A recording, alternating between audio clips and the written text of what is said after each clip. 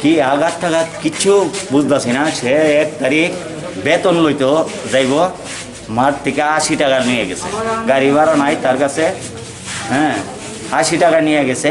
Agent গেছে গিয়েছিরা এই BM হসপিটালও, এরপরে যে একজন স্টাফে কইছে তারে 8টার লগে 8টার সময় একটা অ্যাক্সিডেন্টের রুগী বিএম হসপিটালে, হ্যাঁ, আইডি গার্মেন্টে আসলো।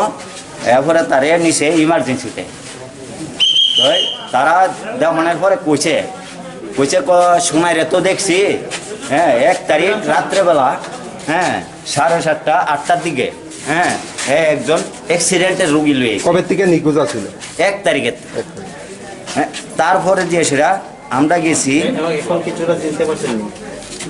কিছু একটা বডি মানে হাইটটাই আমার মানে চেহারা মানে চেহারাটা সেম হইতা। আপনারা কি নিখোঁজ ডায়েরি করছিলেন থানাতে? হ্যাঁ, কোন থানাতে করছিলেন? ওই তো রামনগর থানা।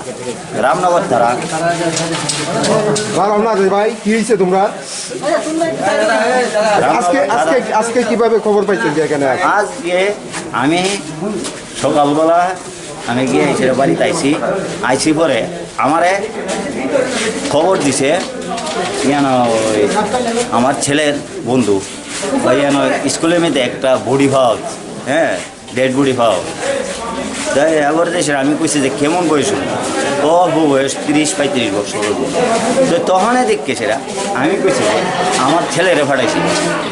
আমার ছেলে, হ্যাঁ, ইঞ্জিনিয়ারিং করে, সে সবসময় হ্যার মামার লগে থাকে।